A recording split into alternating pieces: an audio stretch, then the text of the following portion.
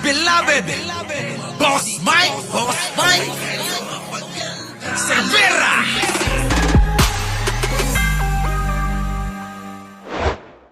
Hello mga kanino. Anino! Anino ko to. Tignan ninyo.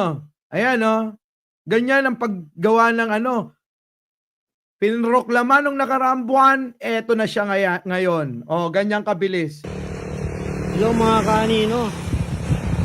Tanong ko lang, ito ba yung Cavite to Bataan Bridge na gagawin?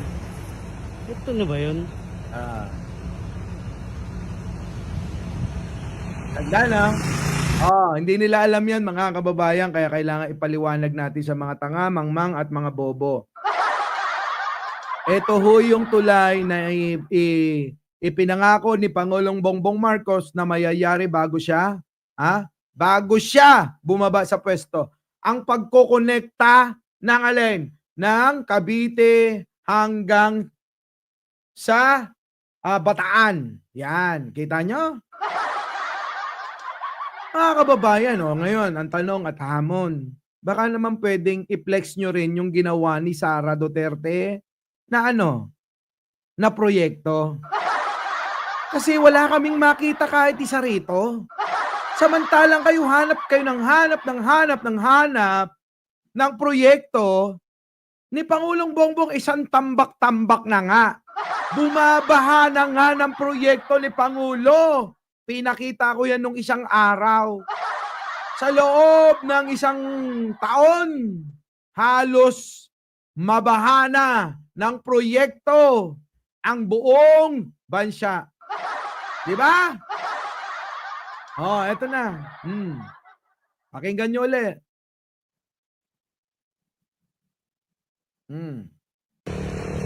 Hello mga kanino. Tanong ko lang, ito ba yung Cavite to Bataan Bridge na gagawin? Ito na ba yun?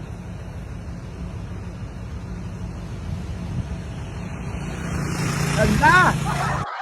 Ano naman to? Naku, Diyos ko, hindi ko pagkatao ang bumabaliktad. Eto, ako, Diyos ko, hindi ko inugalit, hindi ko pagkatao ang bumabaliktad ng prinsipyo. Tandaan nyo yan, yung gawa-gawa nilang yan, sila dapat makakasagot niyan. Di ba? Ganun yun. Proyekto ba? Eto na mga kababayan. Grabe. Proyekto ni Pangulong Bongbong, ongoing yan. Ang construction.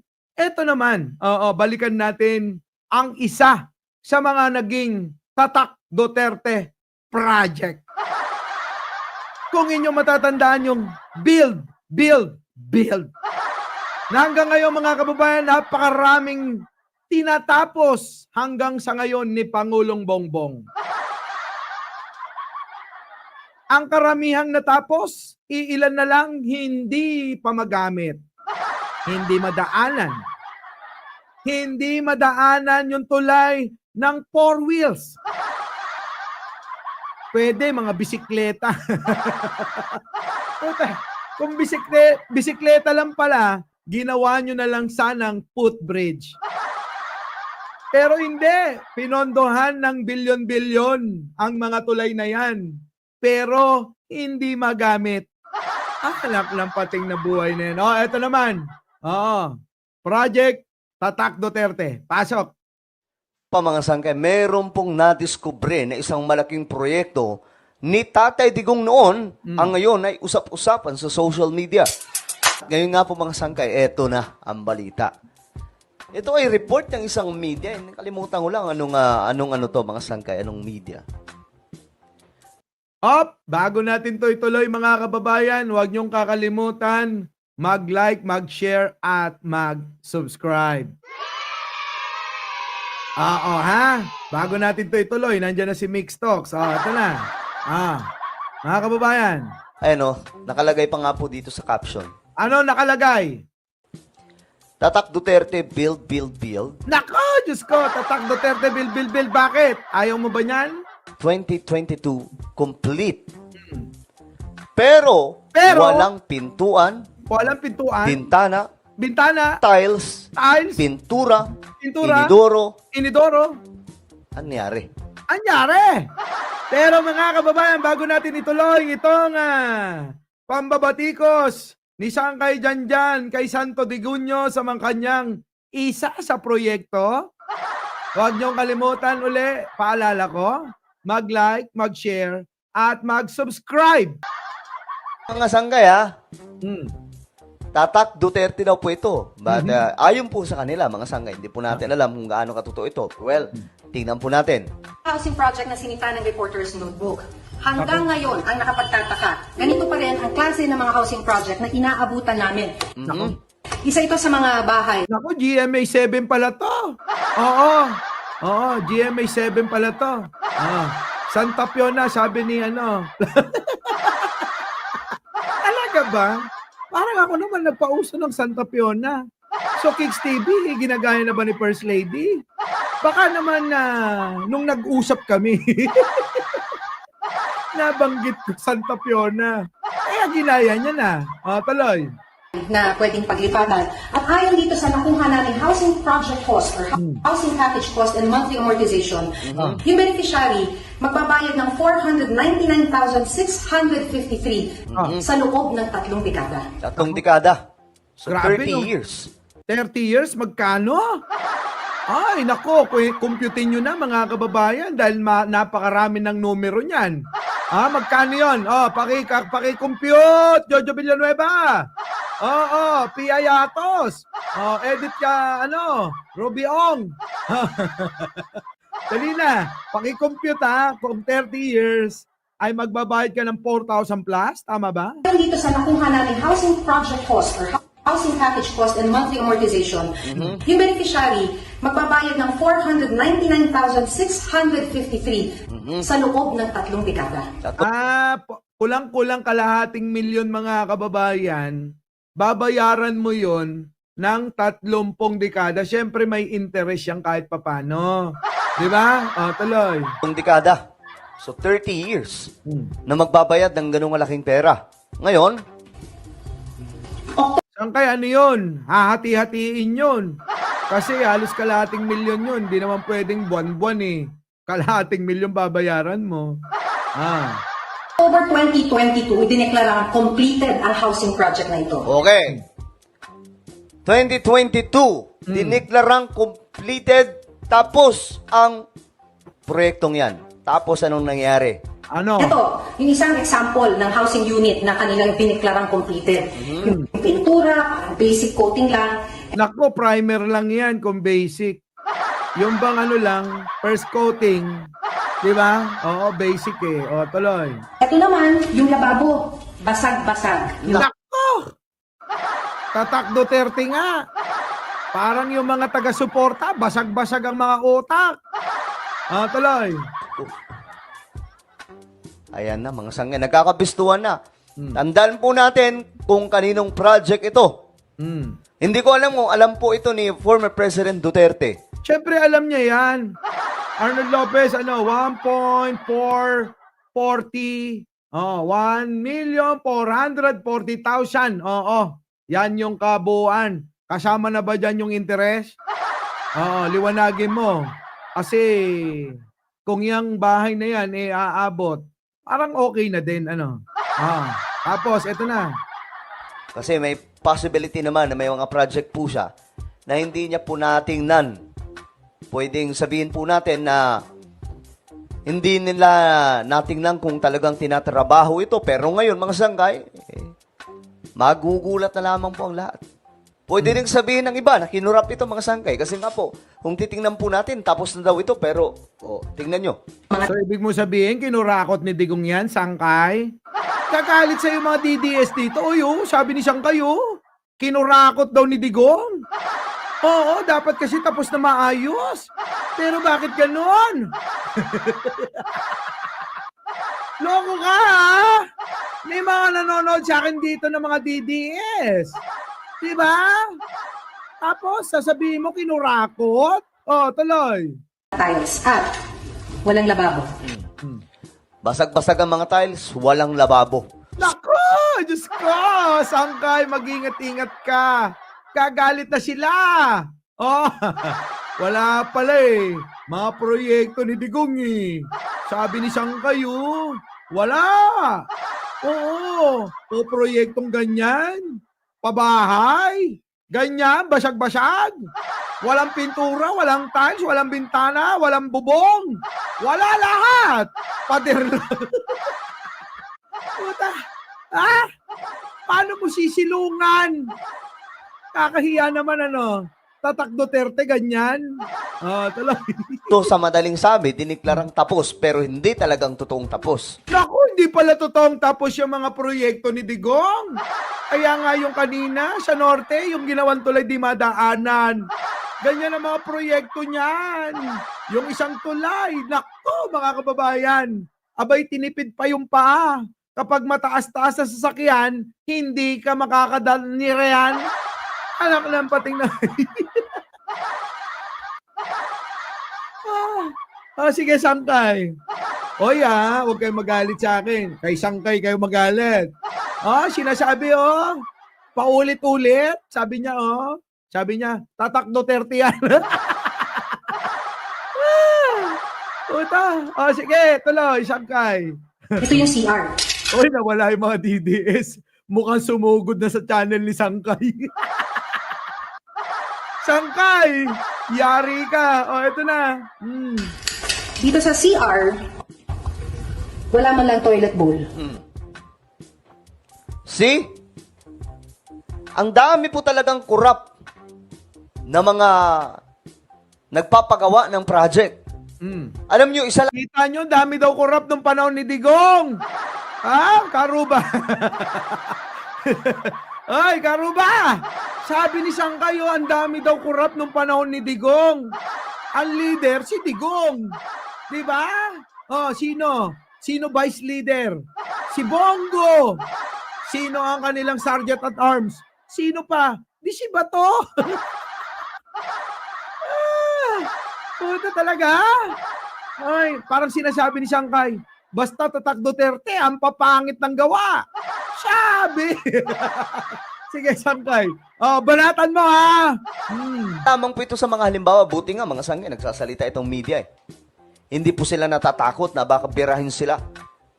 Ayon po sa report, isa lamang daw po ito sa mga nakalap nila na mga housing project. Naku, isa pa lang daw yan. Ibig sabihin, Sangkay, marami talaga. Marami. Talaga. Kasi sabi niya, isa pa lang yan sa project ni Digong na talagang nilustay yung pera na walang kapararakan. Ganun ba, Sangkay? Sige, tuloy.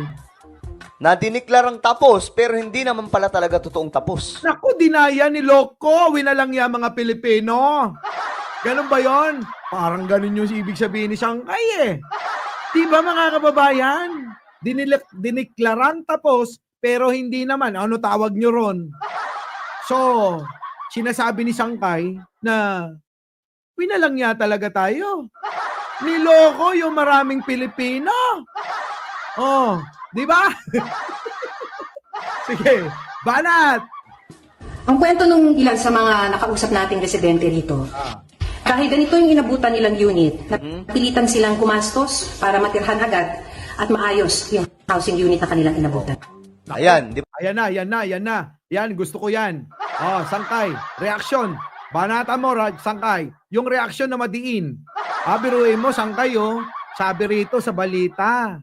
Napilitan na lang daw yung mga tao dahil wala na daw silang magawa. Kaya sila na lang ang nagpagawa. Eto na. Pasok. Nandiyan na si Barubal. Nagbayad po sila, mga sangkay, tapos sila pa po ang gumastos. Para Para mapakinabangan lang. Yan ba ang project ng nakaraang administrasyon? Ito mga sangkay. Alaka! Yan ba ang project ng nakarang administrasyon? Tapos pinagtatanggol ng mga bobo yon. Hindi lang Sangkay bobo. Mga mangmang yon. Hindi lang Boss Mike mangmang. Mga tanga yon. Ay, lahat yun. Puta, pinagtatanggol nyo yung ganyang mga proyekto na pinagmayabang. Di ba, Evelyn Calisyon? Bill! Bill! Bill! Tapos nangyari, gutay-gutay! Ah, yes, Sangkay. Wala tayong pakialam sa mga gulo ng mga politicians. Naks na bating na yan, ha? Ganun talaga. Wala naman talaga kaming pakialam sa gulo nyo. Kami, ni Sangkay, naggagawa-gawa lang ba ng reaction? Reaction lang to! Wala kami pakialam sa gulo nyo! Tuloy! Ayan, Sangkay, inayunan kita, ha? Tuloy! Kumbaga, tinatanong lamang po natin, ano ang nangyari? Oo nga. Tanong lang naman. Bakit ganyan yung naging proyekto ng build, tatak Duterte nyo? So, pagtatak Duterte, matik, gutay-gutay, di mapakinabangan, ganon, pahirap sa mga tao, ganon. Ganon ba yan? Putik na yan, oh. Sige, tuloy. Hindi po tayo pwedeng magbulag-bulagan. Pero hindi po tayo Hindi daw pwedeng magbulag-bulagan. Ganon naman kami. Hindi kami magbubulag-bulagan. Di ba, Sangkay? Uy, DDS yan. DDS yan, di ba? Sangkay dati, DDS yan. Kaya nga tawag niya Tatay Digong. Pero ngayon, parang, teka muna. Mukhang mali na yata ako nang natatahak. Teka muna. Mukhang tama si Mike Cervera. Doon tayo. Oo, sasabihin na, no? Tama ka na naman, bro. Oo, tama ka talaga. Ayan. Ayaw na. Balat. yung magtatakip ng ating mata para lamang po magbulag-bulagan sa mga ganitong klaseng proyekto. Naku, sakit, oh. Huwag daw kayong magbubulag-bulagan dahil, mga kababayan kabubuhan, na itatakpan nyo yung mga mata nyo sa ganyang klaseng proyekto ni Digunyo. Madalas ipagmalaki noon ng mga vlogger. Proyekto ni Digong, kahit nga yung proyekto ng SM, ng San Miguel Corporation, pinagmamalaking proyekto daw ni Digong yon. Mga kababayan ngayon, tanungin nyo kung anong proyekto ni Digong ang maipagmamalaki nila. Sige nga, meron ba sa loob ng 6 na taon, anong mga proyekto ang nagawa nun?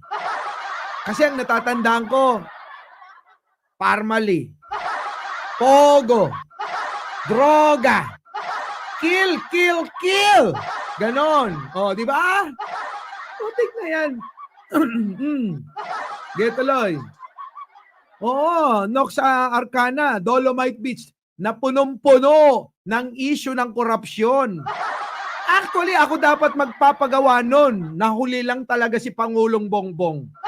Pero kung nauna-una si Pangulong Bongbong, mas higit pa ron yung gagawin ko. Yung Dolomite Beach, gagawin kong Malaboracay yun. Anong sinabi ng Boracay? Panglao Beach? Wala yun. Bakit? Pupunuin ko ng mga brilyante yung beach na yun. Ganun. Sige, saan ka tuloy? Ano ba to? Kinura... Uy, Boysi, Tis tayo.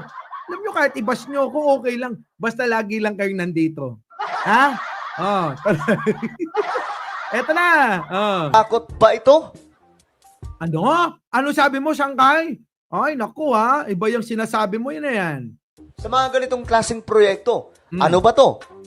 Kinurakot ba ito? Naku! Kinurakot? So, kurakot si Digong!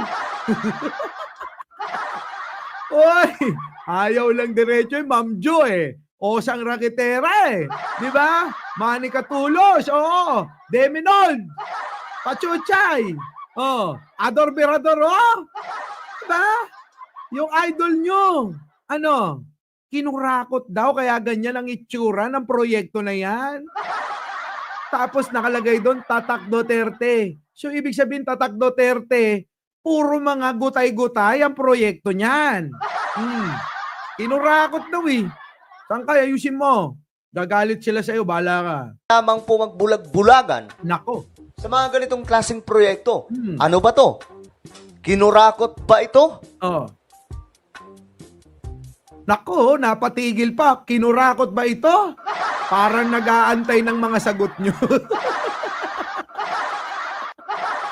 Napahinto eh. Oo, mga kababayan, sumagot kayo. Kasi, pag kasabi niyang, kinurakot ba ito? Siyempre may question mark yon. Nag-aantay naman ng sagot ninyo. Oh, makisama kayo. Sagot! Sagot! Kinurakot ba? Oh.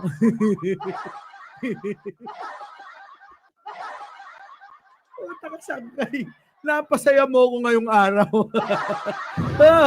Ano, sagot?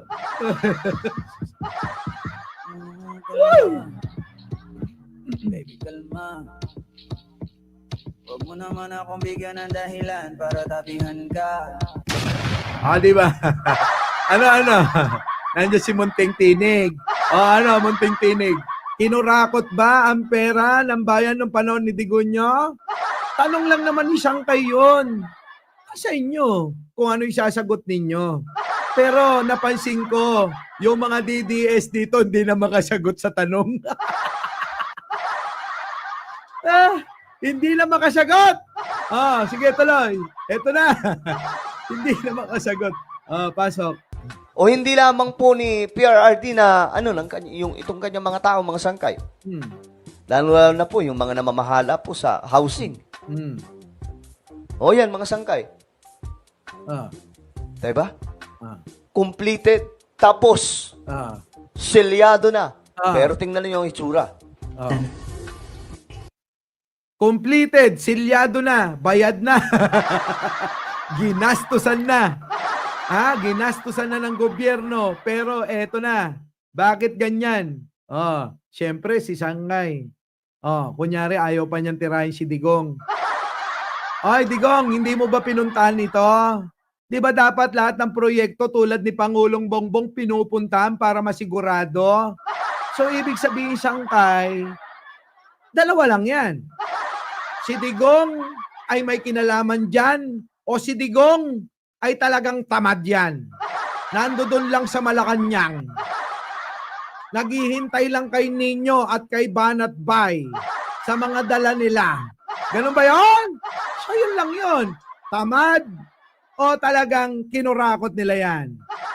Walang ligtas eh. Di ba? Walang ligtas si Digong dyan. Grabe, no? Tingnan nyo. Mga tapos na do. Alam nyo, mga sangkay. Sabi ni Sangkay, tignan nyo, mga tapos na raw, pero walang mga pinto, walang mga bintana, walang mga tiles. Utang ina proyekto yan. Nakita nyo na ba yung mga proyekto ni Pangulong Bongbong na mga pabahay? Condominium. Ang gaganda. Putik na yan. Mahihiya kayong ipasok yung mga tsinelas nyo. Kaya doon pa lang, sa pintuan ng mga kondo, malamang yung mga tsinelas nyo, hindi nyo namamalayan. Hinuhubad nyo. Bakit? Sobrang linis. Napakaganda. Napakabango. May sistema. Maayos na CR. Magandang inidoro. Magandang lababo. Magandang pintura. Magandang sahig. At syempre, matibay yan dahil Tatak Marcos. Diba mga kababayan? Ganon. Tanungin mo, Munting Tinig. Proyekto naman ni Digong at ni Sara. Palabas nyo. Si Digong, 6 na taon na nungkulan. Ano nagawa nun? Sara Duterte, ilang taon ka na dyan? DepEd, tsaka sa OBP. Anong nagawa mo na? Flex mo naman. Ganon, di ba? Kasi napakarami na nating pinlex na mga proyekto ni Pangulong Bongbong. Sa inyo naman. Sa totoo lang, nahiya na nga kami. feeling namin ang yayabang namin. Alam niyo yung ano? Alam niyo yung laos at sa talagang magaling at bobo, 'di ba? Parang feeling ng bobo, nagyayabang na yung matalino. Sa sobrang dami ng proyekto na pinakita ko rito sa channel na to, feeling ko talaga ang yabang-yabang ko.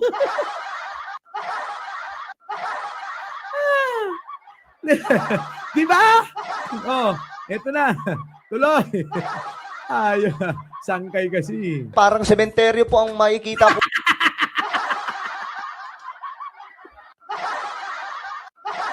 Baka naman para talaga dyan sa mga pinatay nila. Sangkay! Para sementeryo daw yung proyekto ni Digong.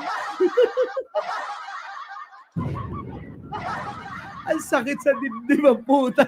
Parang sementeryo. Inokray yung ano. Hoy, mga DDS, nawala sila oh. Inokray yung proyekto ni Digong. Inokray ni Sangkay oh. Pagtanggol nyo.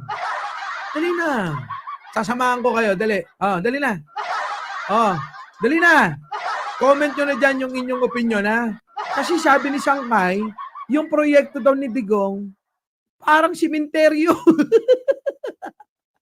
Ay, baka naman talaga yun yung gusto. Kasi si Digong, mahilig pumatay ng tao. Di ba?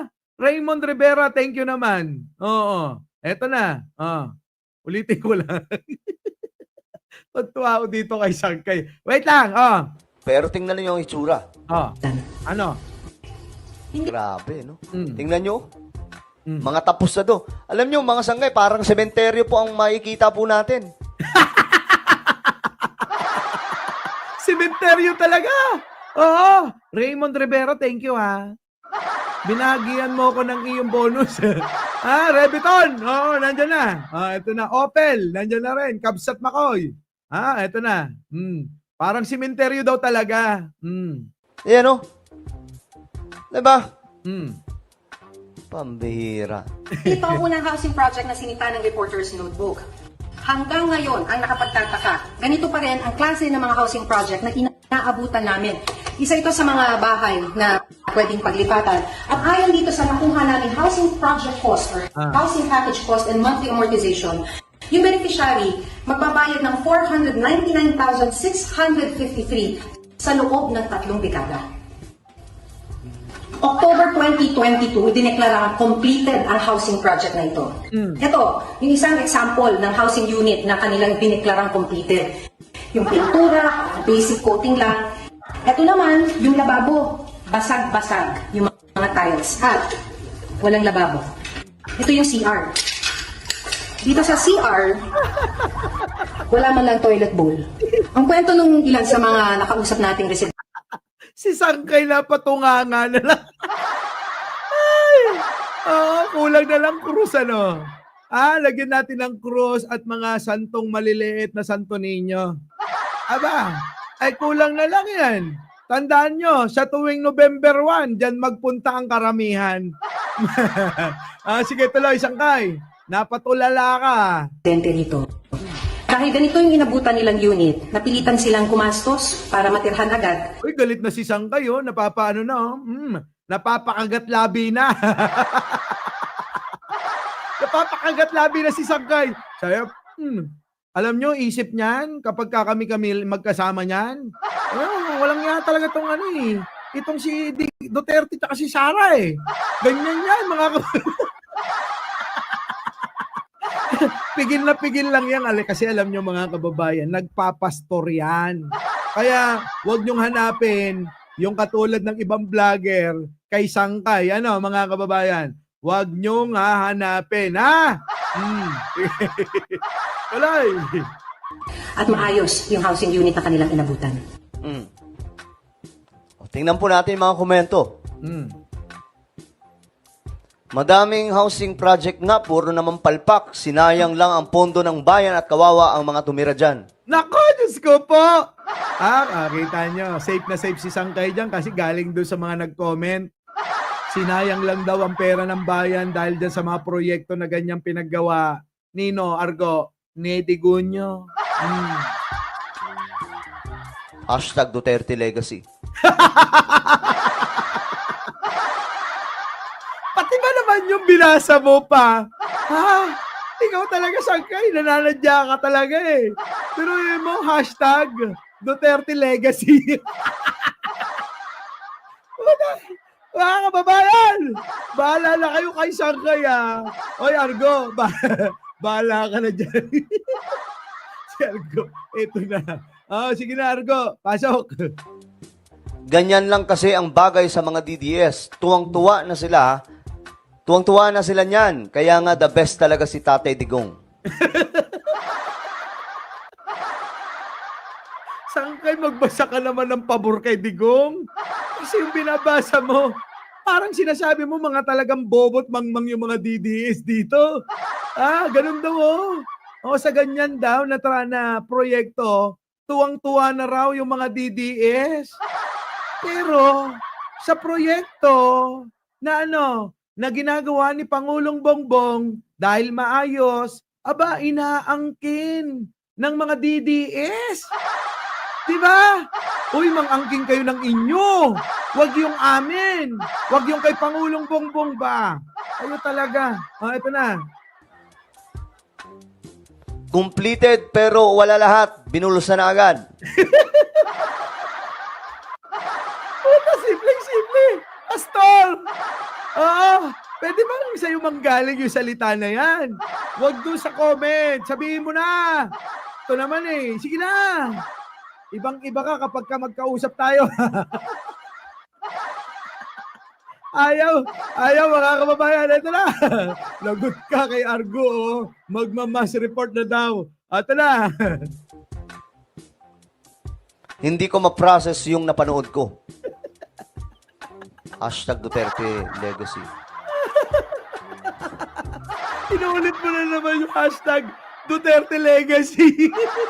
Nabasa mo na yung kanina, ulit-ulit mo pa. Oy, Argo, nananadya.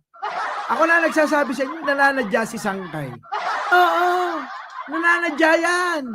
Kaya mga DDS, puntahan nyo yung channel niyan. Oo. Bas nyo nga. Hindi nga. Tapos, balik kayo rito ha, mga DDS. Balik kayo rito, sabihin nyo. Mike Cervera, binas namin si Sangkay. Ano sagot? Kailangan may sagot ha. Para meron kayong report.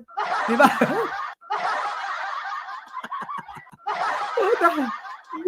Duterte Legacy. Sige. Wow, ang galing. Akala ko ba perpekto ang Duterte? Sabi nila, Duterte lang daw nagmamahal sa Pilipinas. Kita nyo, mga simpleng banat. Kahit anong gawin ninyo, hindi nyo mapapabagsak si Duterte. Kita nyo mga sangkay. Yun! Yun yung iniintay ko para hindi naman magtampo yung mga katropa ni Argo. Ayan Ayan, meron ng Lydia Boxit. Agnel Reprias. Meron ng pumabor Kaya lang, pang bobo yung komento. Kaya lang argumento yan. Kahit anong gawin ninyo, hindi nyo mapapabagsak si Duterte. Bagsak na nga eh. Hoy, bagsak na! Bulag.